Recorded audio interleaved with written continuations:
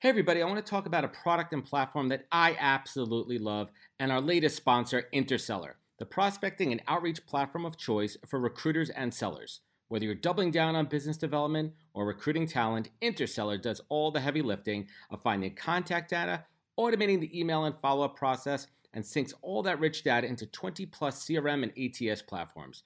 Reach out now and get going on a 2-week free trial and let them know you heard about it from Adam on the podcast today. Check out the link on the website. Appreciate it. Welcome to the podcast, where we introduce you to incredible humans who share their journeys with the mission to inspire you to harness your own inner tenacity to drive your life and career forward. And now, your host, Adam Posner.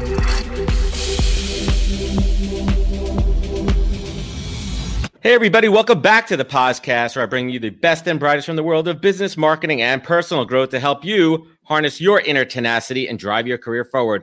My guest today is incredible. Michael Loeb, co-founder and CEO of the venture collective Loeb NYC. And Loeb NYC has a number of early to mid-stage companies within its portfolio and is backed by an expert department of shared services. This Swiss Army knife of services is packed with a full cabinet of everything that a startup needs to get off the ground and accelerate growth. And Michael originally founded Loeb NYC as Loeb Enterprises with his longtime business partner and my man, Rich Vogel, in 2006, after exiting their previous company, Synapse, to Time Inc. for an estimated $800 million. Damn. This was, as Michael likes to call it, and we will dig into it, the most expensive rehire in history. I'm going to say the same thing to Gary Vee in a couple of years, but that's a story for another time. And since Michael originally tried to launch his company when he was an employee of Time, but was let go before he had the chance.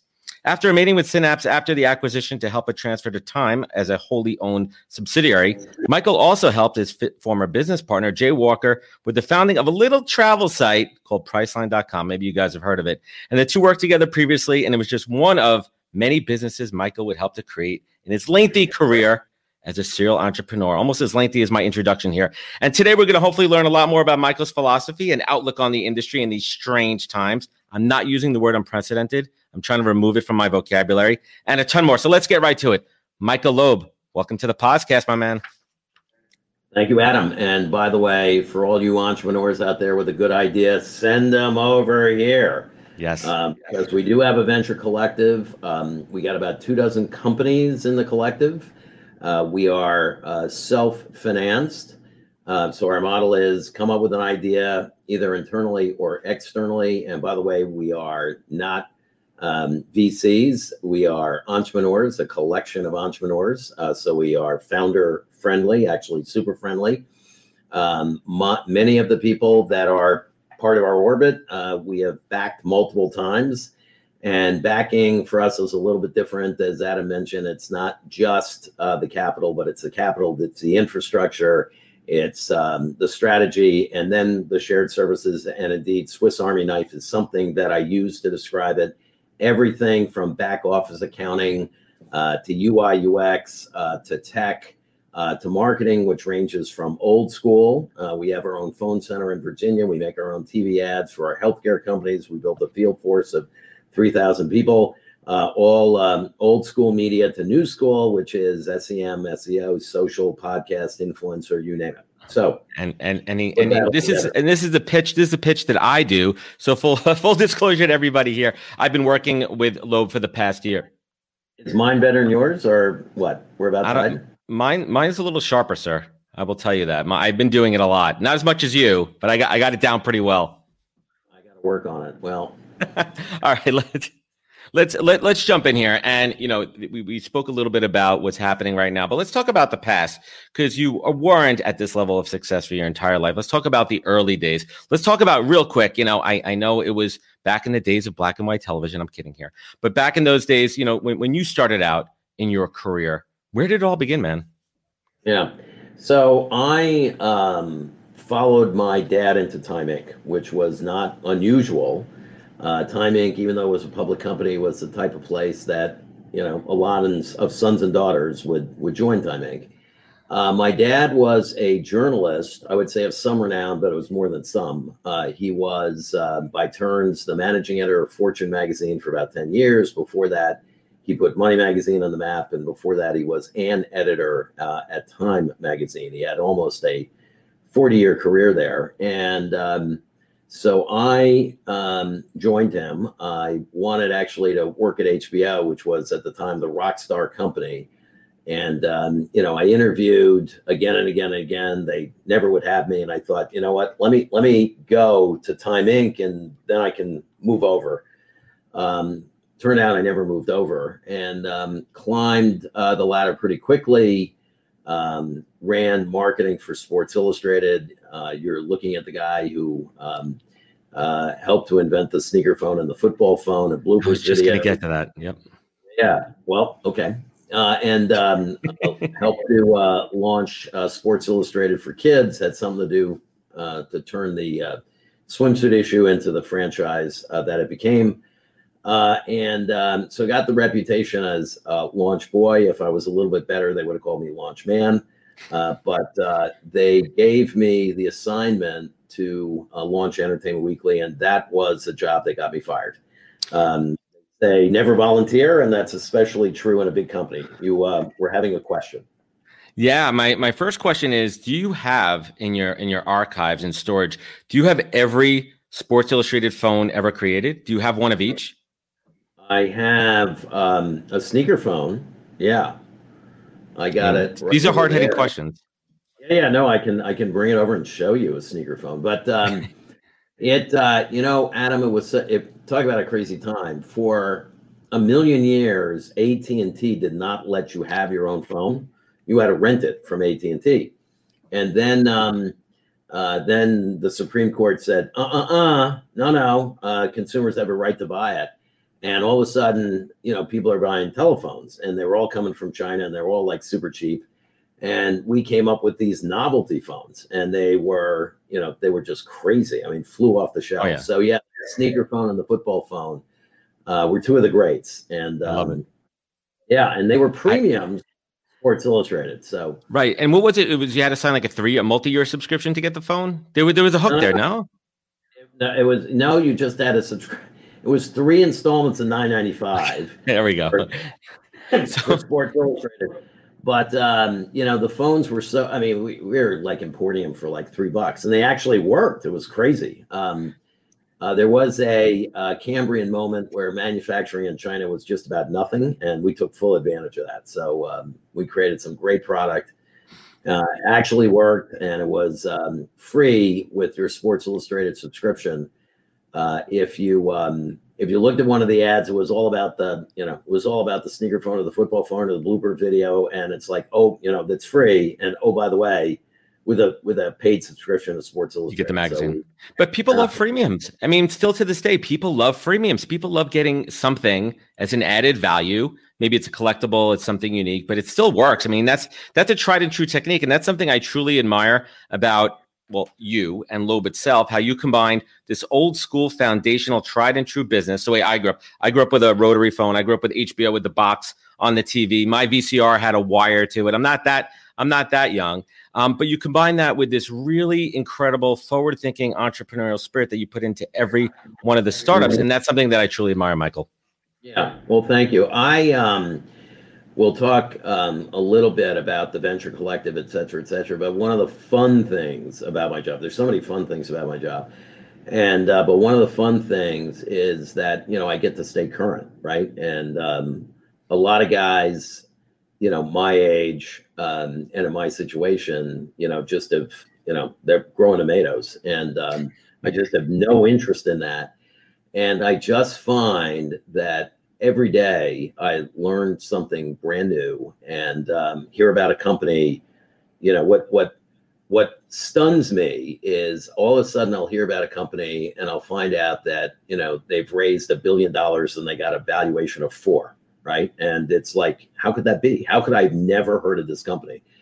And, the other thing, Adam, is what's old is new again. I mean, there was a clutch of home delivery companies in 2000 and they all went out of business, right? Every single one. And now, we've got the reincarnation of that. And it's very, very important. But so I love my job. I love thinking of new ideas. I love working with people half my age and twice as smart as me. And I love, kind of the energy and how things are, totally shifting and moving. And I'm sure we'll get to that too, because it is Absolutely a whole new world out there.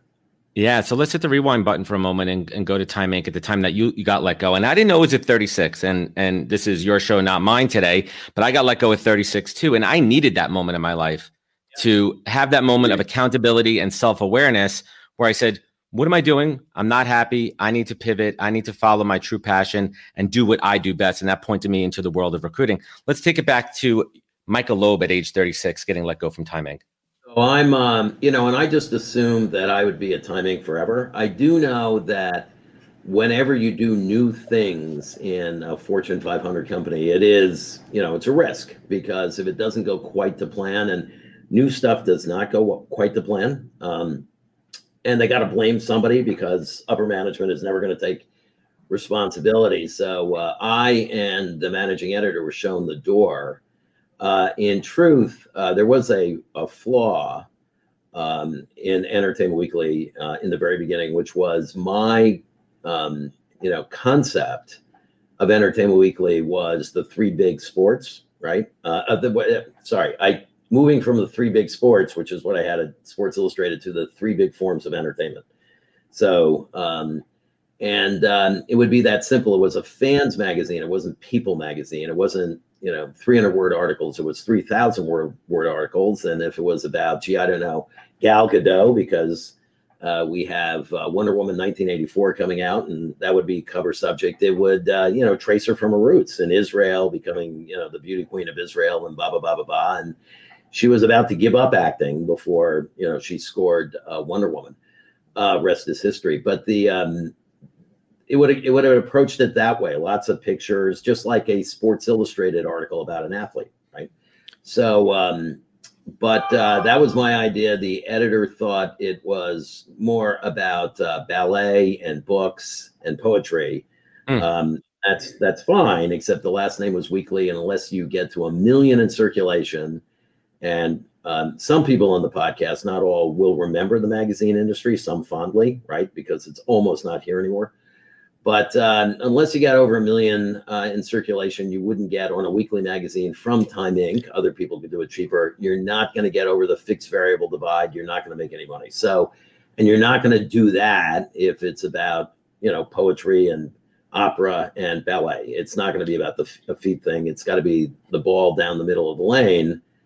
And your next question is, well, who's in charge? And at Time Inc., and also in many companies of its ilk at the time, the fact of the matter is the editor had, the domain of the editor was the editorial product, and the business types had about nothing to say. And my analogy, and I got one right here, is a can of Coke. And Coke, this is product placement. We're getting money for this, right? Okay. Hopefully, yeah. So, Coke, if you need a new podcast to sponsor. There we go. But the product manager, at Coke has everything to do with the can out, nothing to do with the can in, right? And it's like that, or used to be like that, with magazines. And in fact, every editor was appalled to see what was going on in the internet, because that divide between advertising, and promotion and, and the words were being, that divide was being blurred, right? And there was some sanctity at one time about those two things. No longer, that's gone. But anyway, so yeah, we were both shown the door, and I was 36 at the time, and I was working on an idea inside of Time Inc. Yeah. And when I was given my liberation papers, what the hell? Let me try that. And the idea, and it sounds very quaint now, but at the time, magazines and newspapers, you'd buy one, and then they would send you renewal notices, and either you renewed or didn't, and then you were billed. It was always weird to me. I would divide the world into products and services would automatically recur, and products did not, right? Products were one and done. And services would, like water and electricity, just utilities. Utilities would just, and also your American Express card. They don't ask you to renew. They just say, we're billing you 35. Yeah, they just bill you. So we brought that to the magazine industry, right? We brought the tech and we brought the concept, and it was more than a SaaS platform. It was kind of a cradle to grave thing. So we'd sell the subscription and maintain it. Full life cycle. Life cycle. And it was at the time much more of a lift than you would think, because there were hundreds of magazine fulfillment centers, with spaghetti code. Right. There's no such super thing manual. as super manual stuff. So we had to create, you call them plugins now, or SDKs now, or APIs now. And, but again, that just didn't exist. Right. So we had to beat our port open to them and be able to do what we did. But anyway. So 2 quick questions going back to getting let go from Time Inc. Did you feel that you were disappointing your father when you got let go? I felt, good question. I forgot that in your CV it's therapist also. So, he was enraged, actually. He was very upset because he was, frankly, iconic within Time. Even though Time at the time had about 8,000 employees, he was, from an editorial perspective, one of the big guys. And they didn't tell him. And he thought that, they would give him a phone call and say, hey, interesting. Look. Give him a heads up. It was a surprise to him. And he just thought it was very ingracious and very inappropriate. And, so it affected him more than me. I did say, well, look, I'm going to try this on my own. And if it doesn't work, then we'll go to plan B. I guess plan A was continuing at Time Inc. So plan C, but so I tried it, and it actually worked. It worked out pretty well looking back on it. And you met Jay Walker during your time at Inc., correct?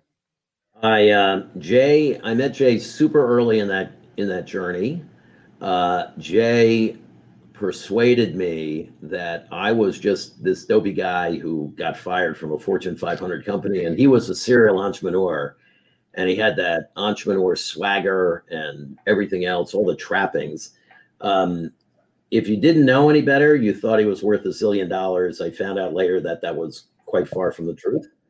But we decided to throw our lot in together.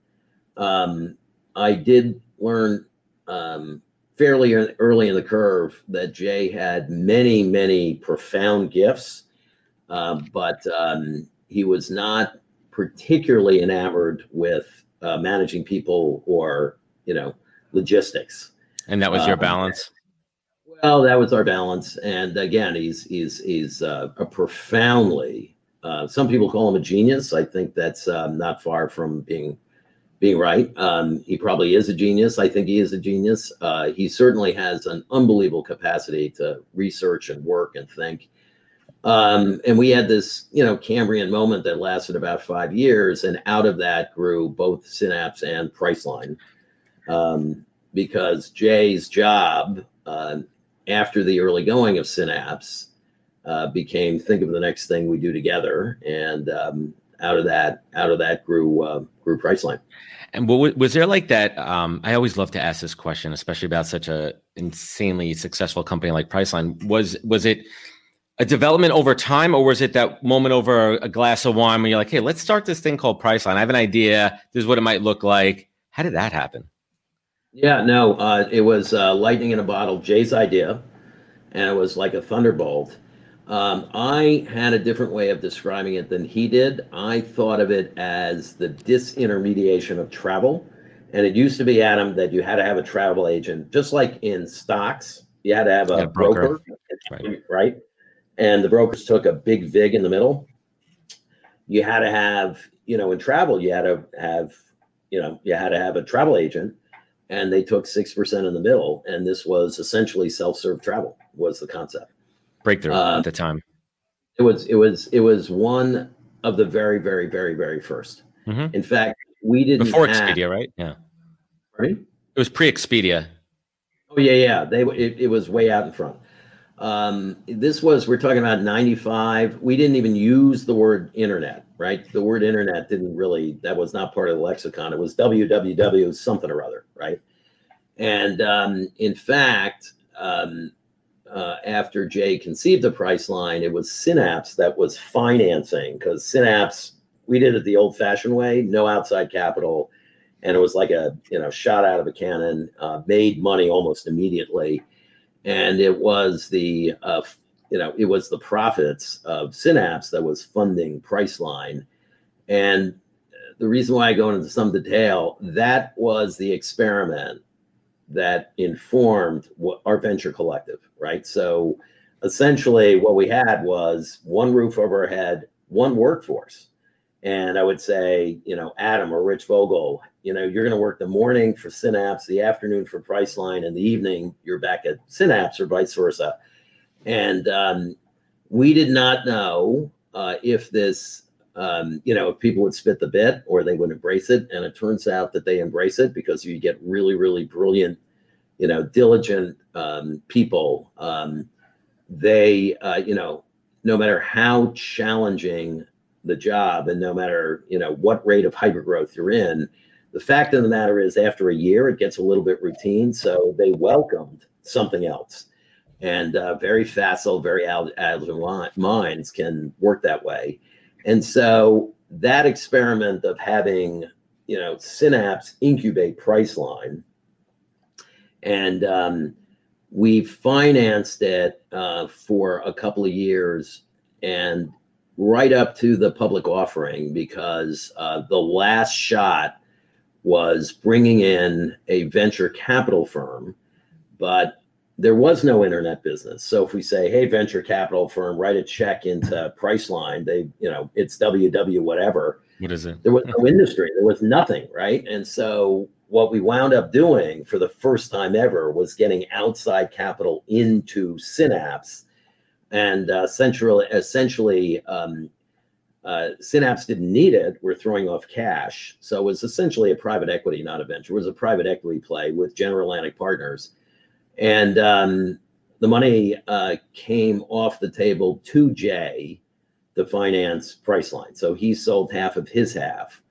And that was the second shot of Priceline, which got him right to the public offering. And at that point, we kind of, at that point, when it gets really serious, you do have to untether yourself, just because outside capital doesn't want to know that, you have any dependency with like a shared service.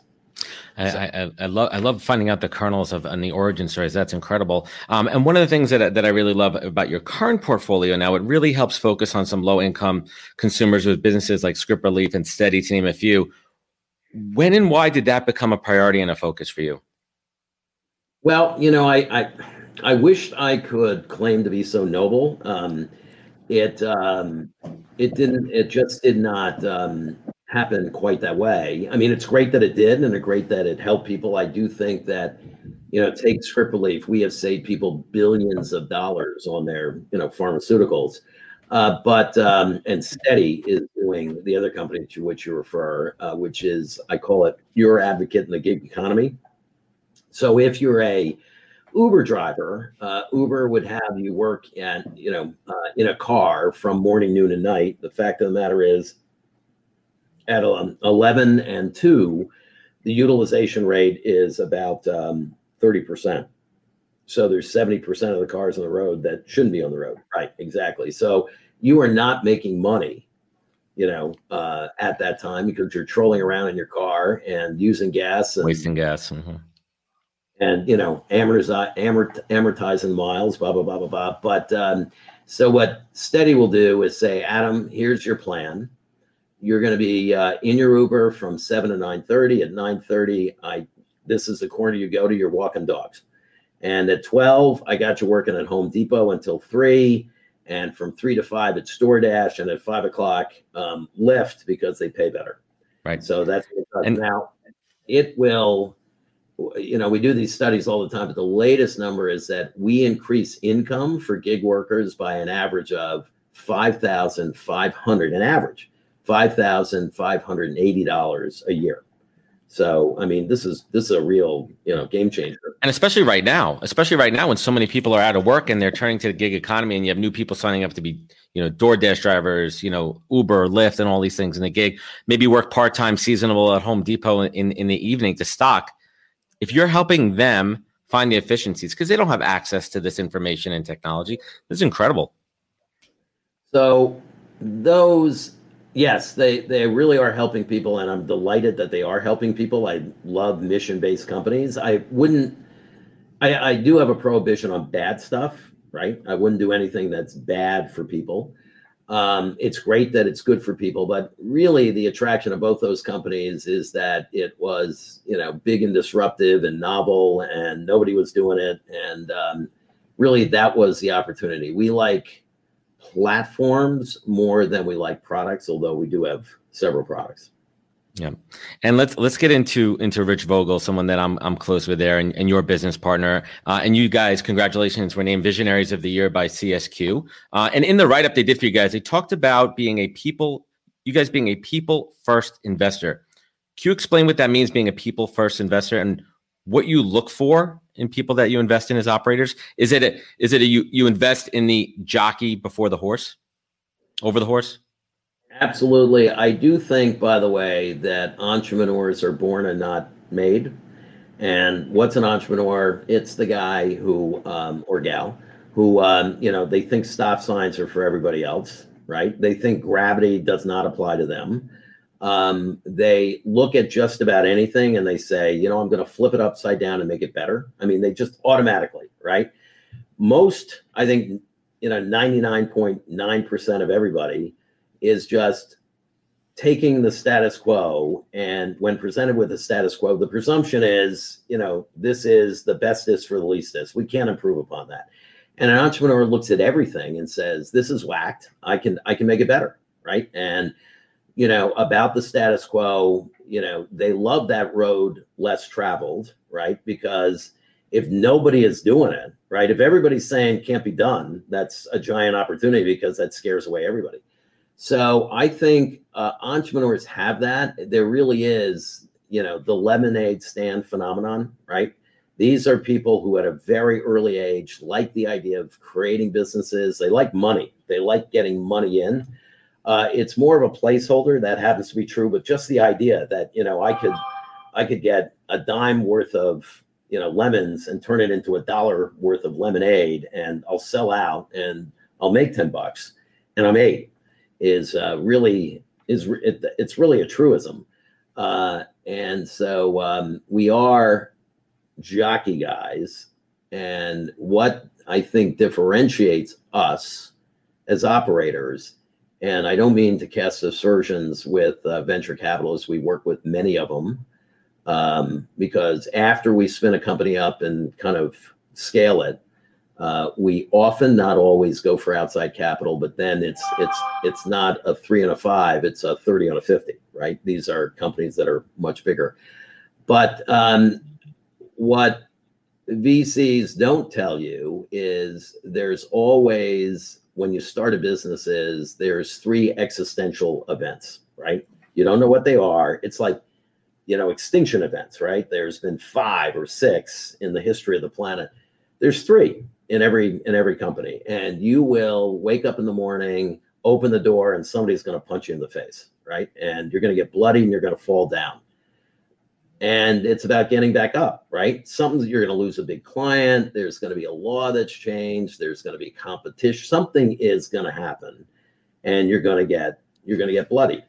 And VCs, they talk about love them, right? But they talk about up and to the right. They just look for that smooth line up and to the right. And the fact of the matter is there's a down vector, right? And there's not 1, not 2, but there's 3 down vectors. And, the VC model is, hey, Adam, you're bright. You're 27. You got a good idea. Here's $5 million. Go spend it.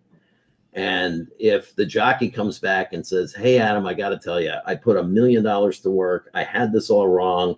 This dog ain't gonna hunt. I mean, maybe the dog can limp to first base, but that's not what I want. And they say, you idiot, go back out there and spend all the money. And We don't operate that way. For one thing, we don't give people, we pay bills. We don't give people a bucket of money. We just pay bills. And every month is kind of a decision and a redecision. But we play long ball, and like long ball, like the type of ball that, a VC would not do, because they frankly give up. You go through the money, you miss your KPIs, and you're done. And what we do is, we look at the business opportunity, and we look at the team, and we see, their resolve, and we check again our assumptions, and we talk about ourselves as being theory-based. Like, what's the theory? And if the theory holds true and it's not working, it's an executional problem. So pivot on the execution. And that's kind of our view to the world. Now, it is so interesting, Adam, about people, and I will, and you see all sorts of points of failure. A lot of times the points of failure are, the entrepreneur is not the entrepreneur that you thought they were. They were not as advertised.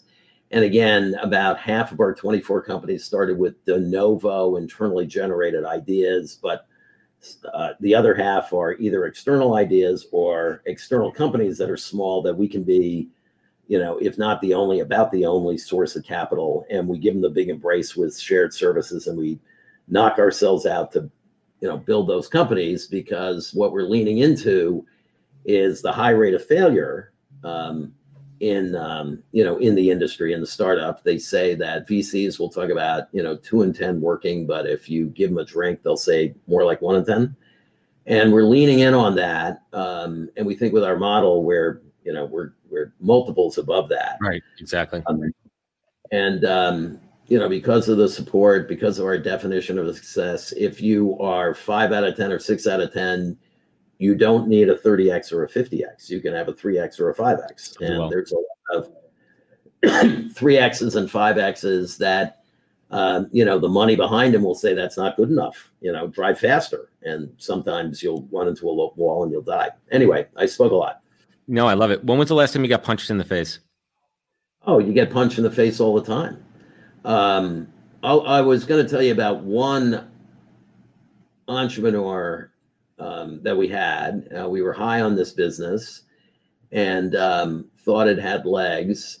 It always, when you're starting something, Adam, takes twice as long, right? And costs twice as much. Actually, if it was only twice, you'd be very happy. It's more like 5 times as much. And, entrepreneurs are optimists, and they always miss that, right? They always think that it's faster and cheaper. So we had a couple of guys, good idea. We really liked it. And we really thought it was synergistic with some of the other things we were doing.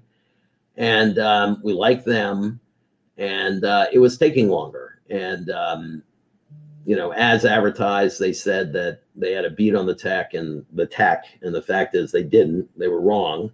That what they had built, that was really not functioning, not for what the needs were. And, then all of a sudden, they come back and they say, Michael, to get this to a place where we can have a raise is going to take $7 million more, right? And we had already put in like half that number, and it's going to take 7 million more. And, by the way, that is not a number that scares us, but it was a number that came out of nowhere. So it gave me pause. Right. And I said, okay, let's unpack this. What do you need? And they said, well, we need, 3 more engineers. We need 4 more of this, and blah, blah, blah. And I'm doing the math in my head. I'm saying, guys, that's 2.5 to 3 million. That's not 7 million. Yeah. Where's the delta?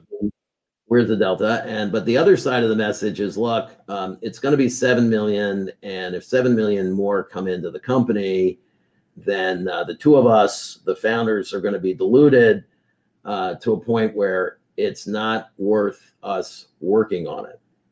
And I said, you got to be kidding me. I mean, you had an obligation, not only to me, but there was some other outside capital that was in. You have an obligation to know enough about yourself that you're going to go the distance, right? And one of them had the temerity to say, well, before I decided to start this business, and he was making, 150 as the CEO, he was saying, my paycheck was the year that I decided to start this business. Do you know what my K1 was? And I said, I don't care. And he said it was $600,000. So I went from 600,000 to 150. And I said, dude, I'm just going to sell your company, because I can't, if that's where you are on this, right? If that's where you are on this, then, this is not going to be successful, because what you're saying is you thought, this wouldn't take a lot of time and I'd be in the green, really quickly and making my own income and then have $100 million exit. And basically, I had to have a distress sale and I took a total bath on it. But it happens. My point is, Adam, well, you get this all the time, but a lot of people think they're entrepreneurs or like to think they're entrepreneurs. But the fact of the matter is, being an entrepreneur is littered with bodies and failure and blood and sweat and not everybody. It's not for everybody. In fact, it's not for most people. And imagine if the model really is 2 out of 10, right? Imagine if you need 10 shots in goal. I mean, again, we think we're better, but it's really, it sounds glamorous on the outside looking in. And we look at these numbers from Slack and we look at, some of these companies, that, those are anomalies almost. Those are definitely anomalies. Yeah. And, but you either have to be mentally equipped and ready to go to war, to go to battle and do it for a long time, or not. Right. Then just, work for, IBM and just go get that paycheck. Yeah. I mean, the big shift for me, I mean, I'm 3 years into my entrepreneurship journey. So a couple of key points here. I think that entrepreneurship qualities also lay dormant, because I look back on when I was 21, 22, hustling my ass off, a couple of odd jobs here and there, the things I did to make money. If I didn't have those 17 years of experience before launching my own business, I don't think I could ever be at this point. And another key point that kind of gave an aha moment, I had a shift about a year ago where I stopped thinking about a paycheck and I thought more about cash flow. How do I keep my business moving and growing with cash flow, where I have the cash flow to maintain my personal side, my business, and that delta there, that's going to be the income there. And I had that mindset shift. That changed everything for me, Michael, how I thought about running a business. And for me, that was a big aha moment. Mm-hmm. So, jockeys, we're big jockey guys. And because again, they're rare. They're rare. Yeah. The neat thing about being an entrepreneur, which is what gets me out of bed every morning, is that it's just so fresh. You learn things every day. You learn to cope with failure, and in fact, we don't like to use the F word. I have an Edisonian point of view. And he said, I never failed. I just found out, or I just learned 10,000 ways how not to make a light bulb. So right. Yeah, it's a good one. You have to, there's another one, which is from Sir Isaac Newton, which is, if I see further, it's because I stand on the shoulders of giants, which just means that everything is a collaboration. Everything is building on top of the last thing. And, we all have to appreciate that and honor that. But the fact is that it's very iterative, and you got to be agile, and you've got to have a point of view, but you got to read the tea leaves too. And you got to be able to pivot, left and right pretty quickly. Yeah. And so you spoke about what gets you up in the morning, but what keeps you up at night, Michael? Oh, the same thing. Getting to work on all that stuff and seeing what all those companies are doing and figuring out how I can help them. Wisdom is forever, but for us, it's time to go. Thank you for joining us.